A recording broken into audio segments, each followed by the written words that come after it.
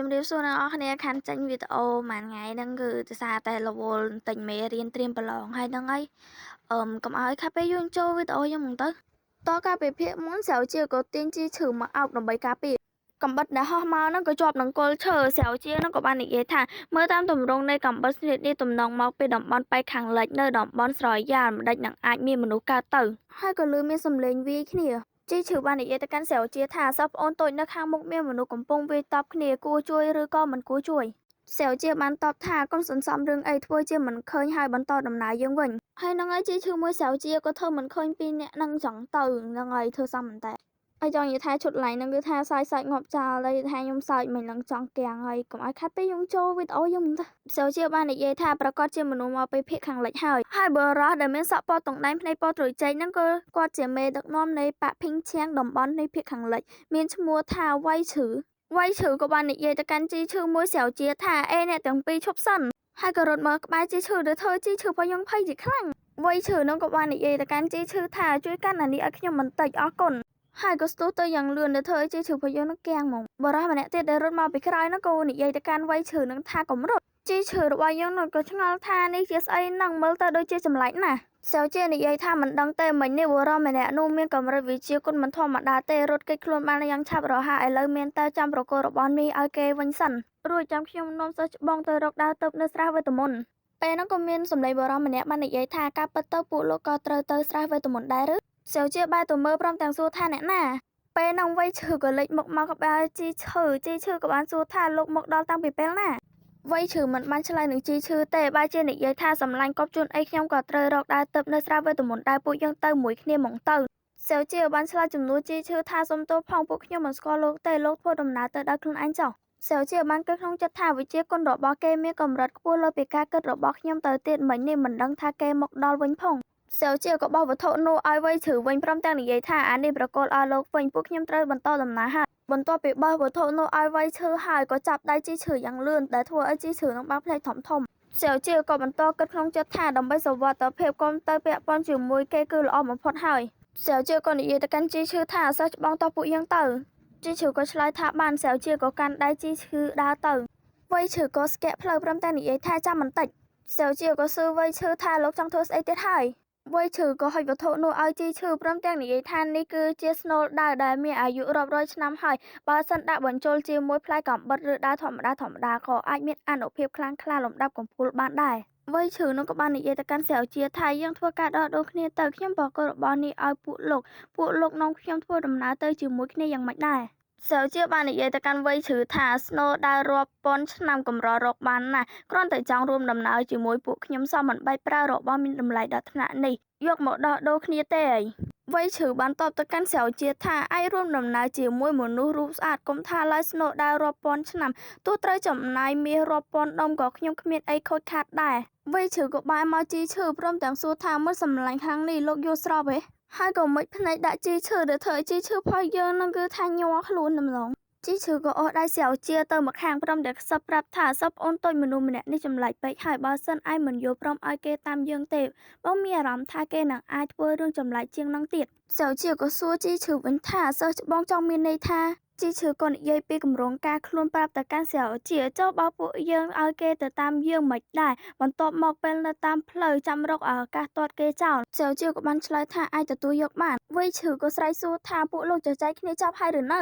ជីឈឺក៏បែរមកវិញព្រមទាំងឆ្លើយតបទៅកាន់វ៉ៃឈឺវិញថាសិស្សប្អូនតូចយល់ព្រមឲ្យលោកទៅជាមួយហើយក៏ប៉ុន្តែជីឈឺរបស់យើងក៏ខិតទៅគៀកវ៉ៃឈឺបន្តិចព្រមទាំងនិយាយថាបើលោកហ៊ានតែមានគំនិតមិនល្អលើសិស្សប្អូនតូចរបស់ខ្ញុំ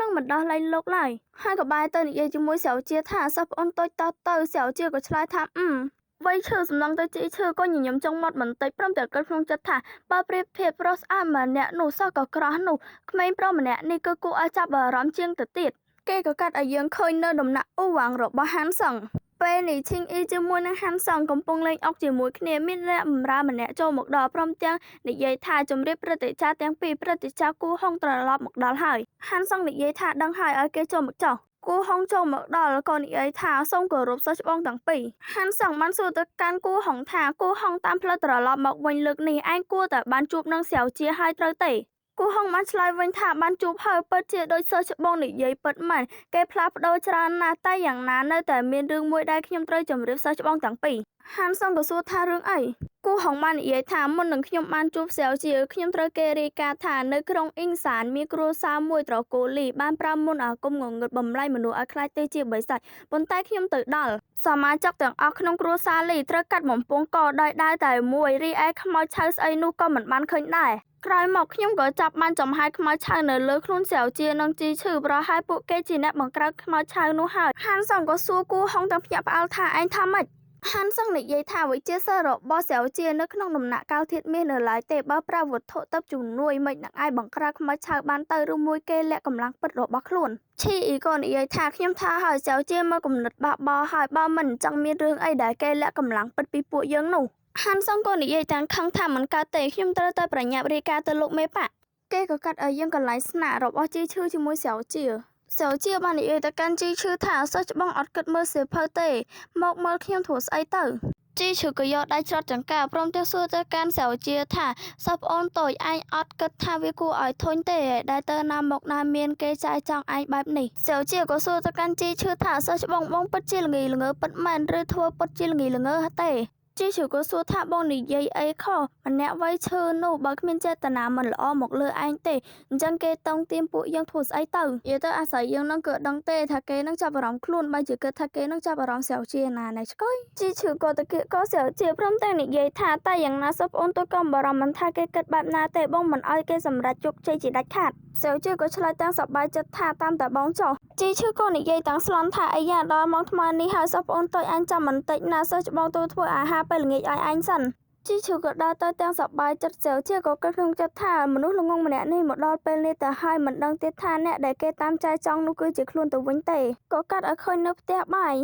ជីឈឺកំពុងធ្វើម្ហូបវ័យឈឺមកដល់ក៏និយាយថាមិននឹកស្មានសោះថាលោកនៅចេះធ្វើម្ហូបបានទៀតជីឈឺភ្ញាក់ព្រមទាំងស្រែកថាវ៉ាលោកនេះយ៉ាងម៉េចនឹងដើរមកគ្មានសម្លេងស្អីសោះវ័យឈឺមិនបានតបតែក៏សួរទៅកាន់ជីឈឺវិញថាខ្ញុំក៏ចេះជំនាញធ្វើម្ហូបសាមញ្ញដែរមានអីដែលខ្ញុំអាចជួយបានឬអត់ជីឈឺក៏និយាយថាអត់មានទេបើគ្មានការអីទេលោកទៅលេងស្អីក៏លេងម្នាក់ឯងទៅកុំមកឆាឆៅខ្ញុំវ័យឈឺក៏សួរជីឈឺថាអញ្ចឹងពេលធ្វើឆ្អិនឲ្យខ្ញុំភ្លក់មួយម៉ាត់ផងបានទេជីឈឺក៏ឆ្លើយវិញភ្លាមថាមិនបានវ័យឈឺក៏រំអួយព្រមទាំងនិយាយថាខ្ញុំកំសត់ណាស់ដើរឆ្ងាយពីផ្ទះតែតល់ម្នាក់ឯងសំបីអាហារក្តៅថ្មីតែមួយម៉ាត់សោះក៏ញ៉ាំមិនបានដែរជីឈឺឃើញបែបនេះមិនដាច់ចិត្តក៏និយាយថាណាហើយចោលឲ្យលោកភ្លក់មួយម៉ាត់ទៅចោលប៉ុន្តែមួយម៉ាត់ទេណា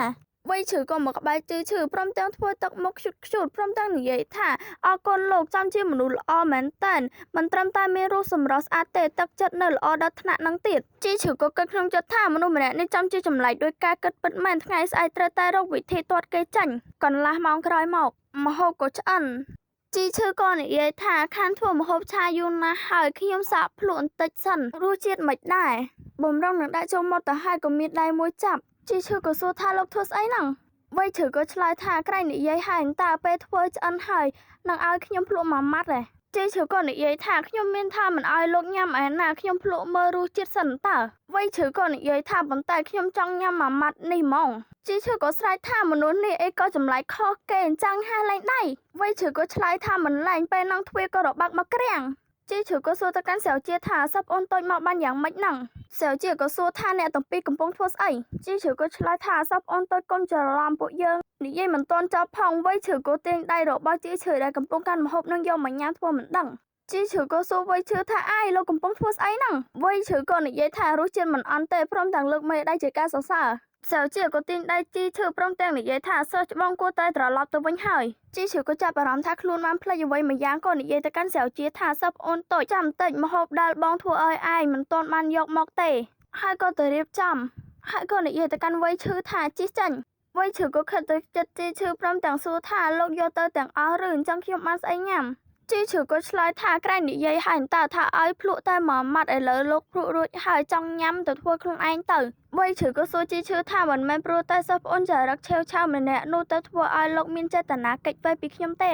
ជីឈឺក៏ឆ្លើយថានោះជារឿងសិស្សច្បងសិស្សប្អូនរបស់ខ្ញុំមិនមែនលោកត្រូវខ្វាយខ្វល់ទេនៅមានមួយទៀតកុំចេះតែវិនិច្ឆ័យសិស្សប្អូនតូចរបស់ខ្ញុំតែពេលនោះហើយកុំមានគំនិតអីមកលើគេឲ្យសោះហើយក៏រត់ទៅក្បែរសែវជា